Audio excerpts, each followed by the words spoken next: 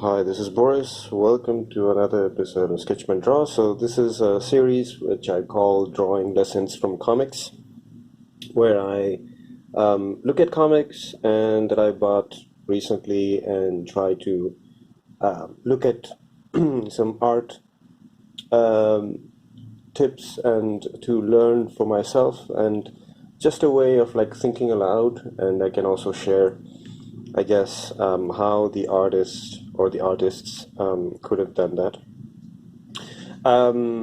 Also, like this slight things when it comes to creating comics and like the storytelling of comics. So today, I picked this one up because I saw this comic book reviewed in long time ago in Comic Book Girl 19, who has a channel which I love, but I don't know. Recently, I haven't been following her, but I really love like this the episode about this comic really marked me. So when I went to the bookstore and found this, I had to buy it. So let me just draw the camera like this to be really at the center. Okay, so I'm just going to go through, and this is volume one, called The Once and Future Destroyer. It's written by Joe Keatinge. I hope I'm pronouncing it correctly, and illustrated by Ross Campbell. Um, and of course, like a striking image of like this really like fit bodybuilder woman was really appealing to me. I don't know. I for some reason I really love like strong muscular women, like the anatomy. I really love drawing muscles.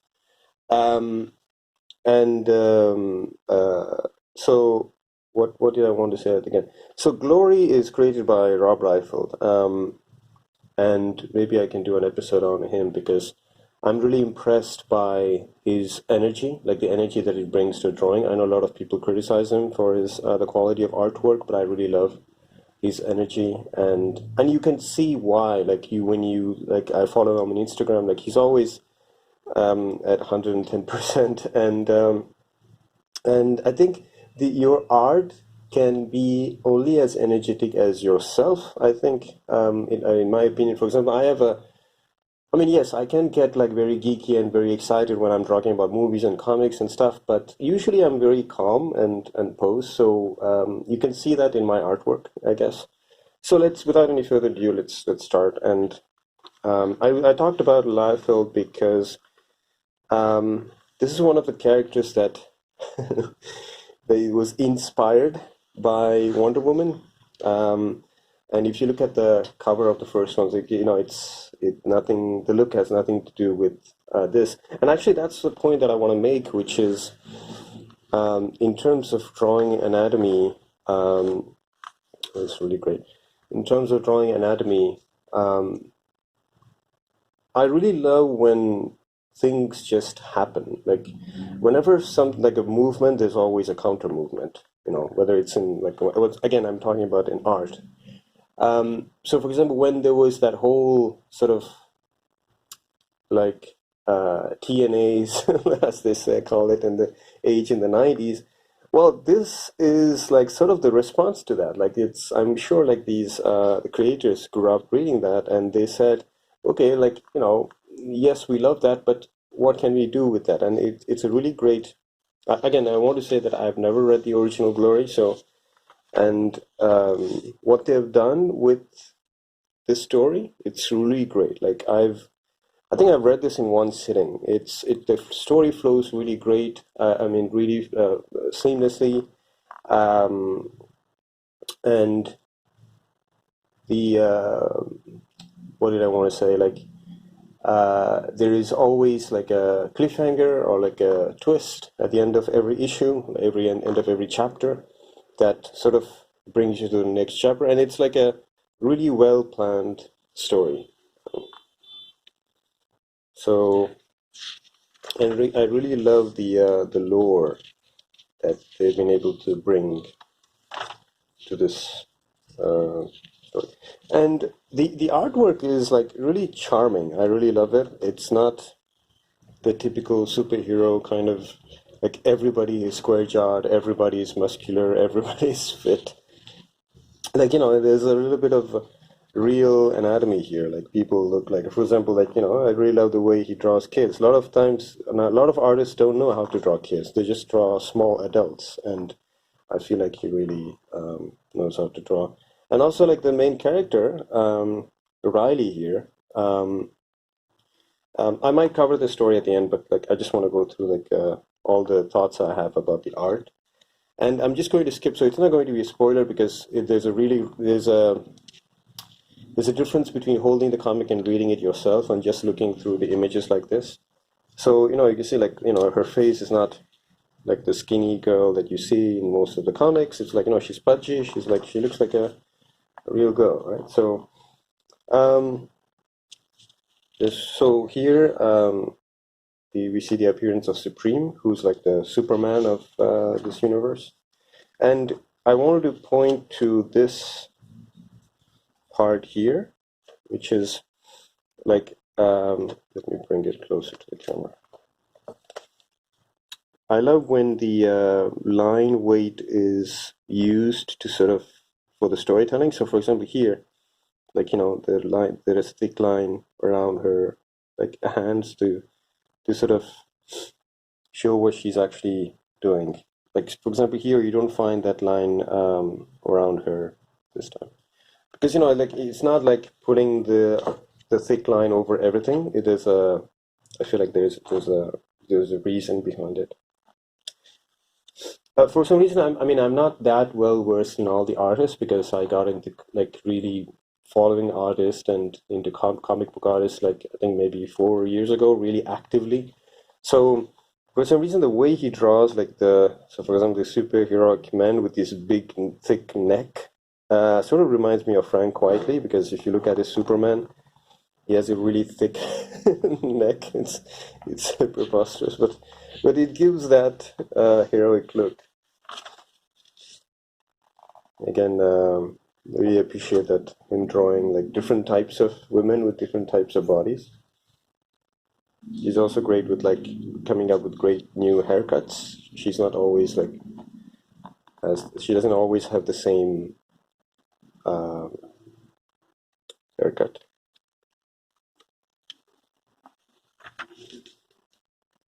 And I'll just go through the pages that I've marked. So here, I think you probably noticed even before I mentioned, but like the monsters are great. I really love when artists come up with, and it's like throwaway monsters, and he really puts time into these, the design of them.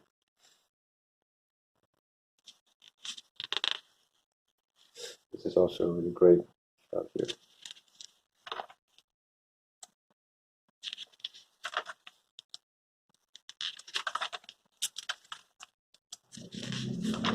That's fine. Anything? Okay. Oh yeah. So you might have noticed already, like it's the gore. I really love the gore. I do have a criticism here. Like for example, here really see what's going on, but here I have no idea what's going on here. So like even if I bring closer, like if you can help me, like I guess she's using her knee, right? Like I mean, I hate when that happens, but sometimes it happens. So, but the rest is I can really understand. But that's the thing about actions, whether it's in movies or like in comics. Um, Me personally, I prefer clarity over like the that like sort of energy or like that speed. And like breaking panels, I think these are great reasons to break panels because you want to show that she's like so imposing and she's like sort of coming off the comic book page. We see a lot of times we do that. So he's really fond of spikes because you see a lot of monsters have spikes, and this for some reason reminds me of. I mean, it's not a good movie, but like Night Shyamalan's Village, like where the monster. Because I'm here again, this monster also has spikes.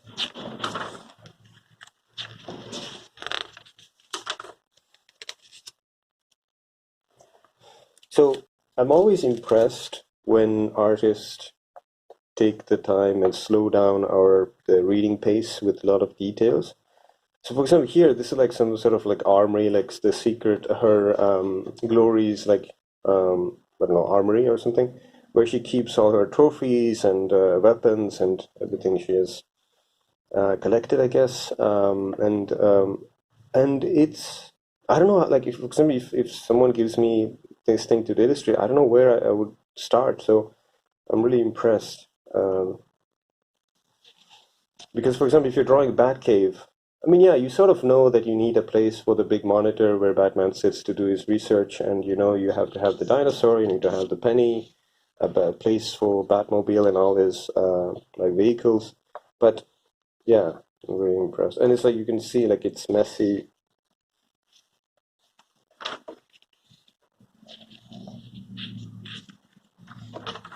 great colors too. And then I'm not spoiling anything for.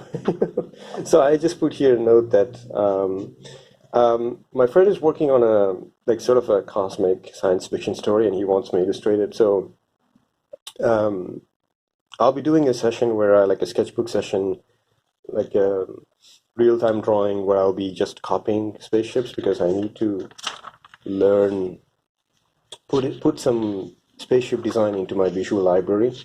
I'll talk about that in that video. Comics are a great way to learn drawing because um, everything is like so simplified, and like there are like symbols that um, look at this. No, look at this here. It's his armor.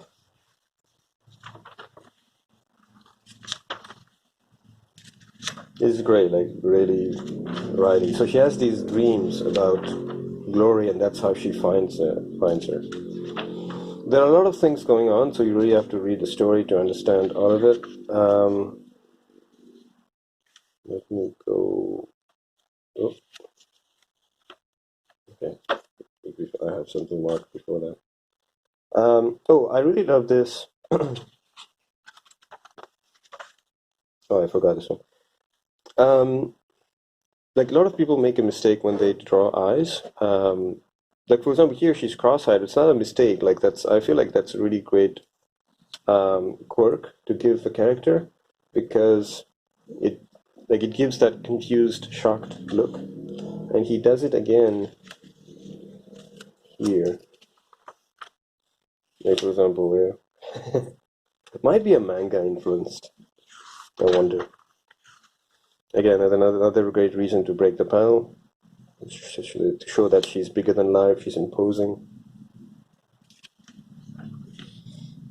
Here, this was great.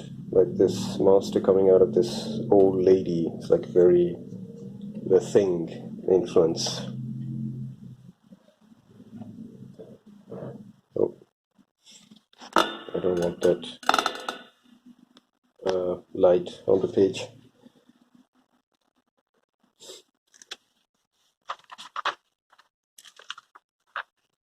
So I put a mark for French. So I speak French, so I was able to understand when they speak French. But I don't know if in the version they had translation for French because I don't think it's really important. You won't miss anything if you don't understand them. But like I don't know. Let me know if you read this and you don't know French. If that bothered you. So, like I said, like end of every chapter, there's always like a cliffhanger, something that makes you want to read the next one. And actually, I hope that they continued. But in the like I said when I said like I said in the introduction, I heard about this in the Comic Book Girl 19 video, and apparently, I don't think this storyline was finished. I think it was stopped. But correct me if I'm wrong. But I wouldn't mind buying the volume 2. And this is a used version. And to be completely honest, I'm really happy. Like it looks new. Like I think the person probably bought it recently. Um, So again, just another mark to say the monsters and gore. Like, look at this. Like, just to show like they are overwhelmed by monsters in this fight. And she she bites the face off, and she hulks out like this, and she gets angry. So I really love the so of course it's a very like this is a very famous trope, right? Like the light coming from the sky when monsters are coming from a portal. I really love the reflection, but I was thinking like if there's this like the light that is so bright that is reflecting here, and as a matter of fact, it also reflects in the tower here, which is far away from the water, right?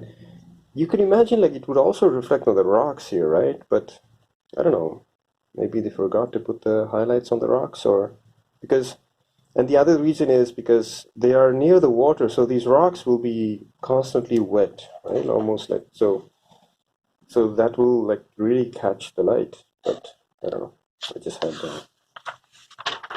But again, my focus is not to criticize the art; it's to learn from it. But um, so at the end, the Ross Campbell is a cat lover, so obviously he put a pet cat kind of monster with wings. I think it's like the pet for Glory.